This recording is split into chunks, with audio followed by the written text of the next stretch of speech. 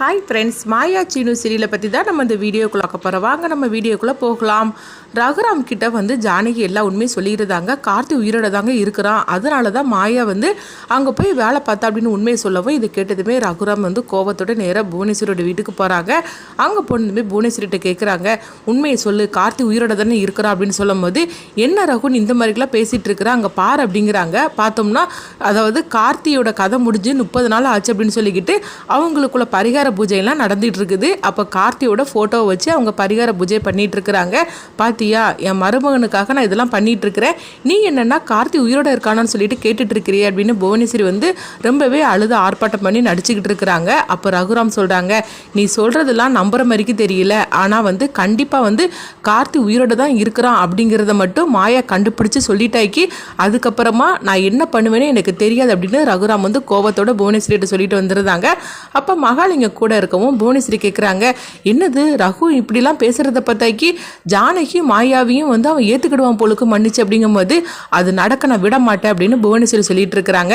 அடுத்து பார்த்தோம்னா ரகுராம் வந்து கோபத்தோட நேராக அங்கே வீட்டுக்கு வராங்க. அப்போ என்ன ஆச்சு அப்படின்னு சொல்லிக்கிட்டு ஜானகி மாயா குடும்பத்தில் உள்ள அவ்வளோருமே வந்து ரொம்பவே வந்து பதட்டமாக இருக்கவும் அப்போ ரகுராம் சொல்கிறாங்க, புவனேஸ்வரி வீட்டில் இந்த மாதிரிக்கு அவள் கார்த்திக்கு பண்ணிட்டு இருக்கிறா, ஆனால் நீங்கள் சொல்கிறதே நான் நம்புகிறேன், அதனால கார்த்தி எவ்வளோ சீக்கிரம் கண்டுபிடிச்சி நீங்கள் வந்து என் முன்னாடி நிற்க வைக்க முடியுமோ நீங்கள் வந்து நிற்க வைங்க, அப்படி மட்டும் நீங்கள் வந்து செய்துட்டீங்கன்னா அதுக்கப்புறம் அந்த புவனேஸ்வரியை என்ன பண்ணணும்னு சொல்லிக்கிட்டு நான் பண்ணிக்கிட்டுதான் அப்படின்னு ரகுராம் சொல்லவும் இதை கிட்டதுமே ஜானகி ரொம்பவே சந்தோஷப்பட ஆரம்பிச்சிருந்தாங்க.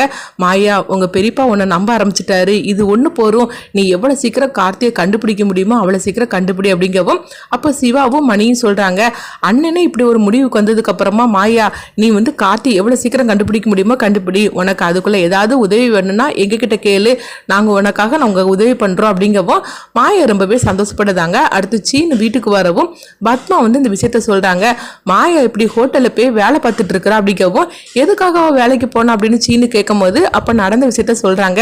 இது கிட்டதுமே சீனு சொல்கிறாங்க, மாயா எதுக்காக வேலைக்கு போகிறான்னு தான் மாயா சொல்லிட்டாளா, அது ஒரு சரியான காரணம் தானே, அத்தையை எப்படியாவது காப்பாற்றணும்னு சொல்லி தானே மாயா வேலைக்கு போயிருக்கிறா, மாமா கூட வந்து அதுக்கு சரின்னு சொல்லிட்டாரலா, இதில் என்னம்மா பிரச்சனை வேண்டி கிடக்கு அப்படின்னு சொல்லும் போது இது மாயா கேட்டுக்கிட்டு சிரிச்சிட்டு இருக்கிறாங்க. அப்போ பத்மா வந்து கோபப்பட ஆரம்பிச்சிருந்தாங்க, என்னடா நான் சொல்லிகிட்டு இருக்கிறேன், அவள் வந்து ஹோட்டலில் போய் துடைக்கிறது வேலையை பண்ணிகிட்டு இருக்கிறான்னு சொல்லிட்டு இருக்கிறேன், நீ என்னென்னா அவள் பண்ணினது சரிதான்னு சொல்லிட்டு இருக்கிற அப்படிங்கும்போது, அம்மா அவள் எதுக்காக வேலைக்கு போனால் அதை நீ பாரு, அவள் வந்து அத்தையை காப்பாற்றுறதுக்காகவும் அந்த கார்த்தியை கண்டுபிடிக்கிறதுக்காகவும் தானே அந்த வேலைக்கு போயிருக்கிறா, அதனால ஒரு பிரச்சனையும் கிடையாது, மாமாவே சரின்னு சொல்லிட்டு ஒரு முடிவுக்கு வந்துட்டாரு, அப்படி இருக்கும்போது நீ எதுக்காக தேவையில்லாமல் மாயாவை பற்றி இப்படி பேசிகிட்டு இருக்கிற அப்படின்னு சொல்லிட்டு இருக்கிறாங்க.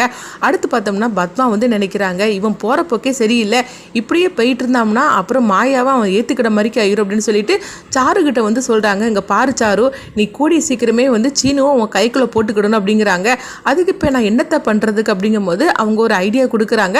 அதுபடி பார்த்தோம்னா எனக்கு சுளுக்கு பிடிச்சிருச்சு அப்படின்னு சொல்லிட்டு சீனுக்கிட்ட வந்து அவங்க சாரு வந்து சொல்லிட்டு இருக்கிறாங்க, என்னால் முடியவே இல்லை சீனு அப்படின்னு சொல்லவோ உடனே வந்து அங்கே பத்மா வராங்க, என்ன சாரு உனக்கு வந்து இடுப்பு வலிக்குன்னு சொல்லிட்டு இருந்தேல்ல, இந்த அமர்தாஞ்சை இருக்குது, டே சீனு எனக்கு கொஞ்சம் வேலை இருக்குடா, இது நீ அவளுக்கு போட்டு விட்டுரு அப்படின்னு சொல்லவும் சீனுவும் சரி அப்படிங்கிறாங்க. அந்த நேரத்தில் பார்த்தோம்னா மாயா எல்லாருமே வந்துருந்தாங்க, என்ன பண்ணிட்டு இருக்கிற அப்படின்னு சொல்லிக்கிட்டு ரகுராமோட அம்மா கேட்கும் போது, இல்லை பாட்டி சாருவுக்கு சுளுக்கு பிடிச்சிருக்குன்னு சொன்னா அதனால தான் தைலம் போடுறதுக்காக வந்திருக்கிற அப்படிங்கும் போது, நீ எதுக்கடா இதெல்லாம் பண்ணிட்டு இருக்கிற அப்படின்னு சொல்லவும் அம்மா வேலையா இருக்குன்னு சொல்லிட்டு போயிட்டாங்க, அதனால தான் வேற வழி இல்லாமல் நான் வந்து போடுறதுக்காக வந்தேன் அப்படிங்கவும் உடனே வந்து மாயா சொல்றாங்க, சுளுக்குக்கு இந்த மருந்தெல்லாம் சரிப்பட்டு வராது, தானா நீ போய் இந்த ட்ரீட்மெண்ட் எடுத்துட்டு வா அப்படிங்கவும் பார்த்தோம்னா தானா வந்து ஒரு உலக்கையை எடுத்துட்டு வராங்க.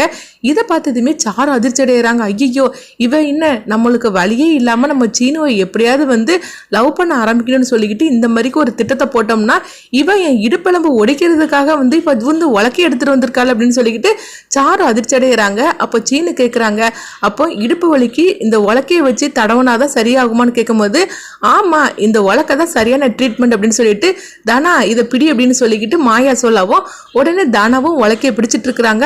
ஆளுக்கு ஒவ்வொரு பக்கமாக பிடிச்சி சாருவோட இடுப்பை உண்டு இல்லைன்னு பண்ணிடுறாங்க. சாரு ஐயையோ என்னை விட்டா போறோம் அப்படின்னு சொல்லிட்டு அலற ஆரம்பிச்சிருந்தாங்க. அப்போ பார்க்க பத்மா வராங்க, இங்கே என்ன நடந்துட்டு இருக்கு அப்படிங்கும்போது அவளுக்கு இடுப்பு இல்லைன்னு சொல்லிட்டு இருந்தா, அதனால தான் உலக்கையை வச்சு நாங்கள் ட்ரீட்மெண்ட் கொடுத்துட்டு இருக்கோம் அத்தை அப்படின்னு மாயா சொல்லவும் இது கிட்டதுமே பத்மா அதிர்ச்சி அடைகிறாங்க. அவளுக்கு ஒரு வழியும் கிடையாது, எப்படியாவது சீனுவையும் சாருவையும் சேர்த்து வைக்கணும்னு சொல்லிக்கிட்டு நம்ம ஒரு ட்ராமா போட்டோம்னா இவங்க 2 பேரும் வந்து இந்த மாதிரி பண்ணிட்டாலும் அப்படின்னு சொல்லிக்கிட்டு சாரு சாரு எப்படியாவது இவள்கிட்ட இருந்து காப்பாற்றணும், இல்லைன்னா அவ்வளோதான் உலக்கையை வச்சு அவள் இடுப்பெலும்பு உடச்சிருவாளுவோ பொழுக்கு அப்படின்னு பத்மா வந்து அதிர்ச்சி அடைகிறாங்க. போரும் சாரு உனக்கு சரியாயிடுச்சுல அப்படின்னு கேட்கும்போது ஆமாத்தான் எனக்கு சரியாயிடுச்சு அப்படிங்கிறாங்க. அதான் அவள் சரியாயிடுச்சு சொல்லிதாளா, நீங்கள் போங்க அப்படின்னு சொல்லவும் உடனே மாயாவும் தனாவும் சிரிச்சுக்கிட்டே வராங்க. அவங்க போனதுக்கப்புறமா சாரு சொல்கிறாங்க, அத்தை நீங்கள் மட்டும் வரலன்னு வச்சுக்கிடுங்களேன், அவ்வளோதான் இவன் என் இடுப்பை உண்டு இல்லைன்னு பண்ணியிருப்பான், நல்ல வேலையாக வந்தீங்க. நீங்கள் சீனுவை எப்படியாவது என்னை வந்து லவ் பண்ண வைக்கணும்னு சொல்லிக்கிட்டு நீங்கள் ஒரு திட்டத்தை போட்டீங்க, ஆனால் இவளுங்க என்னென்னா என்ன உண்டு இல்லைன்னு பண்ணிட்டாலோ பொழுக்கு அப்படின்னு சொல்லவும் அப்போ வந்து பத்மா சொல்கிறாங்க, சாரு நான் என்ன பண்ணுறதுக்கு, எப்படியாவது உங்கள் ரெண்டரையும் சேர்த்து வைக்கணும்னு சொல்லி நான் ஒரு பக்கம் திட்டத்தை போட்டோம்னா அவன் மாயா வந்து ஒரு திட்டத்தை போட்டு உன்னை உண்டு இல்லைன்னு பண்ணிட்டால, என்னை மன்னிச்சிரு சார் அப்படிங்கும்போது நல்லா மன்னிப்பு கேட்டீங்க போங்க, நீங்கள் மட்டும் வரலன்னா அவ்வளோதான் அப்படின்னு சொல்லிக்கிட்டு சாரு வந்து அழுதுகிட்டு இருக்கிறாங்க. ஏற்கனவே அன்னைக்கு என்னை வந்து பரிகாரம் பண்ண வச்சு என் உயிரை வாங்கினாங்க, இன்னைக்கு என்னன்னா இப்படி ஏன் சீனு எனக்கு கிடைக்கிறதுக்குள்ளேயும் என் உயிர் போயிரும் போலுக்கு அப்படின்னு வந்து சாரு வந்து புலம்பி தீத்துக்கிட்டு இருக்கிறாங்க. அப்போ பத்மாவும் பார்வதியும் ஆறுதல் சொல்லிட்டு இருக்கவும் நல்லா ஆறுதல் சொன்னீங்க போங்க அப்படின்னு சாரு வந்து அழாத குறைய அவங்க வந்து சொல்லிட்டு இருக்கிறாங்க. அடுத்தங்க பார்த்தோம்னா வந்து மாயாவை தான் காட்டுறாங்க. மாயா வந்து அந்த ஹோட்டலுக்கு வந்துருந்தாங்க. எப்படியாவது இந்த கார்த்தியை கண்டுபிடிச்சாகணுமே, தினசரியும் ஒவ்வொரு ரூம்லெல்லாம் மாறி மாறி இருந்துக்கிட்டு இருக்கிறான். இந்த மேனேஜரை வந்து என்ன பண்ணுறதுக்கே தெரியலையே, இந்த மேனேஜரை தான் வந்து கார்த்தி ஒவ்வொரு ரூம்லையா மறைச்சி மறைச்சி வச்சுட்டு இருக்கிறாரு, எப்படியாவது நம்ம ஏதாவது செய்யணுமே அப்படின்னு சொல்லிட்டு நினைக்கிறாங்க. அடுத்து பார்த்தோம்னா மேனேஜர் வந்து அவங்க ஃபோன் பேசிட்டு அந்த ஃபோனை அப்படியே வச்சுட்டு போயிருந்தாங்க. அப்போ மாயா வந்து அந்த ஃபோனை எடுத்து பார்த்தோம்னா கார்த்திக்கு ஃபோன் பண்ணுறாங்க. கார்த்திக்கு ஃபோன் பண்ணினது மட்டும் இல்லாமல் மாயா வந்து மேனேஜர் குரலில் பேசுகிறாங்க. கார்த்தி நீ இந்த ரூமில் தானே இருக்கிற அப்படிங்கும்போது என்ன சார் இப்படி பேசிகிட்டு இருக்கிறீங்க, என்ன இந்த ரூம்லலாம் வச்சுருக்கிறீங்க அப்படின்னு கார்த்தி சொல்லவும் ஆமாம் நான் மறந்துட்டேன் அப்படின்னு வந்து மாயா வந்து பார்த்தோம்னா மேனேஜர் குரலையே பேசிட்டு அவங்க ஃபோனை வச்சுருந்தாங்க. அடுத்து பார்த்தோம்னா மாயா வந்து உடனேயே கார்த்தி இந்த ரூமில் தான் இருக்கிறான்னு தெரிஞ்சு போச்சுது. இப்போ உடனே குருவரனுக்கு நம்ம ஃபோன் பண்ணி சொல்லிடலாம், அது மட்டும் இல்லாமல் பெரியப்பாவுக்கு நம்ம ஃபோன் பண்ணி சொல்லிடலாம் அப்படின்னு சொல்லிட்டு மாயா வந்து இப்படி ஒரு திட்டத்தை போடுறாங்க. மாயா இப்போ எதிர்பார்த்த மாதிரியே வந்து கார்த்தியை வந்து கையங்கோலமாக பிடிச்சிருவாங்களா, அடுத்துதான் அந்த கதை என்ன மாதிரி கொண்டுட்டு போக போகிறாங்கன்னு சொல்லி நம்மளும் வெயிட் பண்ணி பார்க்கலாம்.